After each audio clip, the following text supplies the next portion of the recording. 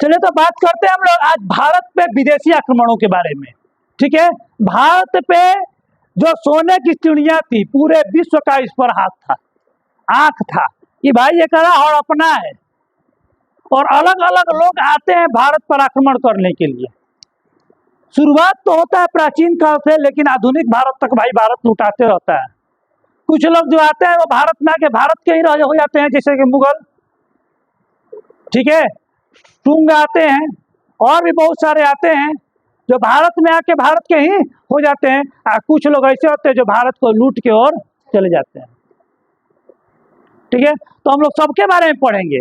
अब जो विदेशी आक्रमण है, तो विदेशी आक्रमण अब जो शुरुआत हो रहा है पूरा, ये माने कि एंशियंट खत्म हो रहा है विदेशी आक्रमण के थ्रू। समझ में आ रहा है ना, एंशियंट क्या हो रहा है, हिस्ट्री खत्म हो रहा है। अगर मध्यकाल पढ़ोगे तो पूरा का पूरा मध्यकाल खाली विदेशी आक्रमण है। पूरा का पूरा मध्यकाल क्या हम लोग का विदेशी आक्रमण ही आपको पढ़ना है, बस, बहुत ज्यादा। क्योंकि भारत तो पूरा दुनिया का नजर था, और भारत के राजा हार का रहे थे। तो भारत के राजा को हारने के पीछे दो कारण था। एक तो भारत के राजा में एकता नहीं था, अपने में लड़ता था, और दूसरा बुकवा क्या करता था कि हाथी पर बैठ के लड़ता था, और लगता था कि हम सबसे ऊपर, हमको कोई हरा नहीं सकता है।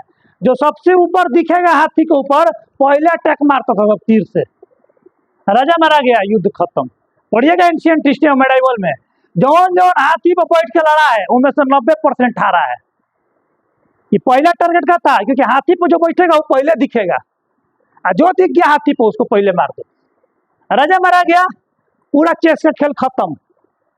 क्योंकि जिंदगी की लड़ाई हो या चेस का खेल, दोनों में राजा का क्या है, समान महत्व है। तो चलिए शुरू करते हैं अपने चैप्टर को विदेशी आक्रमण में। तो भारत में विदेशी आक्रमण करने वाले में अगर हम चलते हैं मध्यकालीन भारत में, तो कौन कौन थे हम लोग का एंशिएंट हिस्ट्री, बल्कि सॉरी प्राचीन भारत में, तो कौन कौन थे, तो हिंद, यूनानी, शक, पल्लव और कुषाण, इन्हीं के क्रम को पढ़ना है। तो आज हम लोग पढ़ेंगे हिंद यूनानियों के बारे में, पढ़ेंगे हम लोग हिंद यूनानियों के बारे में। सेल्यूकस के द्वारा स्थापित पश्चिमी तथा मध्य एशिया के विशाल साम्राज्य को उत्तराधिकारी एंटियोकस प्रथम ने अक्षुणु बनाने का। सेल्यूकस निकेटस कौन था हम लोग का पढ़े थे, सिकंदर का सेनापति था। तो होकर उत्तराधिकारी होता है कौन हम लोग का, एंटियोकस प्रथम। ये आराम से जैसे था वैसे ही बनाए रहता है, अक्षुणु बनाने का, ना कम होने दिया ना बेसी होने दिया। चलो ठीक है भाई। एंटियोकस द्वितीय के शासन में विद्रोह के परिणाम स्वरूप अनेक प्रांत क्या हो गए, स्वतंत्र हो गए। हिस्ट्री यही बताता है कि जौन अपन बाप के धन पर चलाया है बाबू, ओकर विनाश लिखित है। जे अपन बाप के धन पर इतराया है, ओकर विनाश निश्चित है। यह हिस्ट्री है, समझना। तो कभी घमंड मत कीजिएगा। भारत का सबसे पहले आक्रमण बैक्ट्रिया के शासक किसने किया था, डेमेट्रियस ने किया था। तो पूछता है कि भारत को सबसे पहले आक्रमण किसने किया था, बैक्ट्रिया के शासक किसने किया था, डेमेट्रियस ने किया था। इसने शाकल को अपनी राजधानी बनाई थी, और हिंद यूनानी या बैक्ट्रिया यूनानी इनको कहा जाता है। मेनांडर प्रथम, ये थे 155 ईस्वी से लेकर 130 ईस्वी पूर्व तक, करीब करीब हम लोग का देखते हैं तो 25 वर्ष का शासनकाल इनको देखने को मिलता है। अच्छा खासा टेन्योर था, 25 साल कम नहीं होता है। हिंद यूनानी शासकों में सबसे अधिक विख्यात मेनांडर हुआ था, और इसकी राजधानी शाकल, आधुनिक माने कि सियालकोट है, हो जाए हम लोग का, ठीक है, सियालकोट में। ये प्रमुख जगह था इनका, पाकिस्तान में होगा सियालकोट, ठीक है। मेनांडर ने नागार्जुन से बौद्ध धर्म की शिक्षा ली थी। मेनांडर जब भारत में आते हैं तो किसकी शिक्षा लेते हैं, मेनांडर बौद्ध जो भिक्षु थे नागसेन या नागार्जुन से शिक्षा लेते हैं, और मेनांडर और नागसेन में बातचीत होता है, वार्तालाप। हाँ वही है, गुरु से दीक्षा लेते हैं, जब अंतिम ज्ञान लेते हैं तो दीक्षा हो गया, और शिक्षा भी लेते हैं हम लोग, दोनों चीज होता है। मेनांडर के ने प्रथम मेनांडर के जो प्रश्न थे, और नागसेन उसका जो उत्तर देता है। मेनांडर अनेक प्रश्न पूछता है अपने ज्ञान को बढ़ाने के लिए, और नागसेन उसका उत्तर देता है। तो उसके लिए एक किताब बनाएगी, उसका नाम है मिलिंद पनो, अर्थात मिलिंद के प्रश्न, मिलिंद प्रश्न, है ना। तो मिलिंद प्रश्न में किसके किसके प्रश्न है, किसके किसके बारे में बात किया जाए, मेनांडर और हम लोग के नागसेन के बारे में। हिंद यूनानी भारत के पहले शासक हुए जिनके द्वारा जारी किए गए सिक्के के बारे में कहा जा सकता है कि उनका सिक्का कब जारी हुआ था। मैंने हिंद यूनानी के सिक्का पर अगर देखते हैं तो मैं डेट लिखल है, क्या लिखल है हम लोग का, डेट लिखल है हिंद यूनानी के सिक्का पे। बाकी किसी के सिक्का पर डेट लिखने का पहले प्रचलन नहीं था। और किन राजाओं ने जारी किया था ये भी मिला, डेट तो नहीं बोलेंगे, मेनली क्या था, कौन राजा, तो राजा के अनुसार डेट भी पता चल जाता है कहीं कहीं, ठीक है। तो राजा का अपन नाम हर एक सिक्का पर लोग अंकित करवाया था।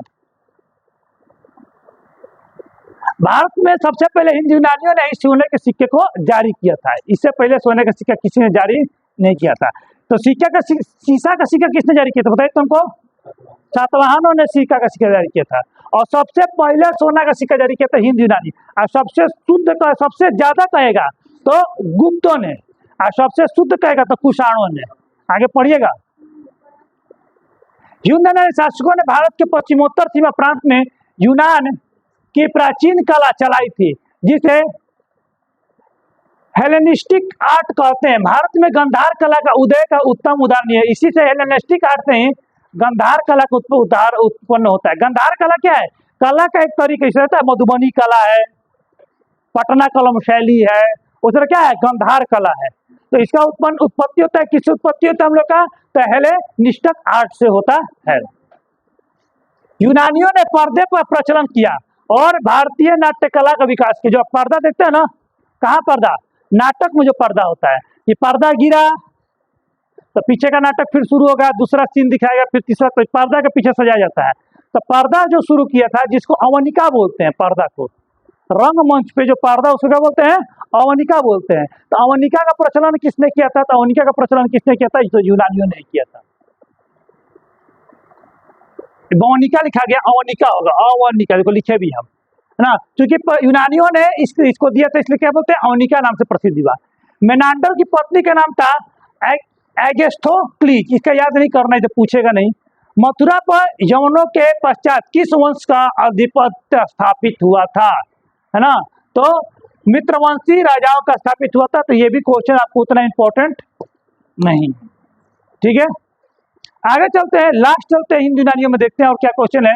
किसने कहा कि ज्योतिष के ज्ञान के कारण यूनानी यवन ऋषियों जैसे सम्मानित है। यूनानी जो है, या जो यूनानी लोग थे, वो भारत से क्या सीख के गए, ज्योतिष सीख के गए, है ना। तो ये कहा था 12 मिहिर, है ना। यूनान में भी ज्योतिष काफी क्या था, प्रचलित था। यूनानी है तो भारत का भी ज्योतिष सीखे, आपको तो लगा ज्योतिष था ही, काफी ज्योतिष का हुआ, विस्तृत हुआ, है ना। तो ज्योतिष क्या था, ज्योतिष वो विज्ञान है जिसके द्वारा किसी का भविष्य में होने वाली घटनाओं के बारे में हम लोग जान पाते हैं। सप्ताह को 7 दिनों में विभाजित करने का काम किसने किया था, तो यवनों में, जो 7 दिन देखता है ना, तो यवनों ने एक दिन हम लोग का। भारत में सांचे में डाली गई मुद्राओं का प्रचलन किसने किया था, तो यवनों ने किया था। इस प्रकार हम लोगों ने आज देखा हिंद यूनानियों से जुड़े हुए प्रश्न, और इससे बेसिक प्रश्न को कहीं से पूछने वाले नहीं है। चलिए मिलते हैं नेक्स्ट क्लास में।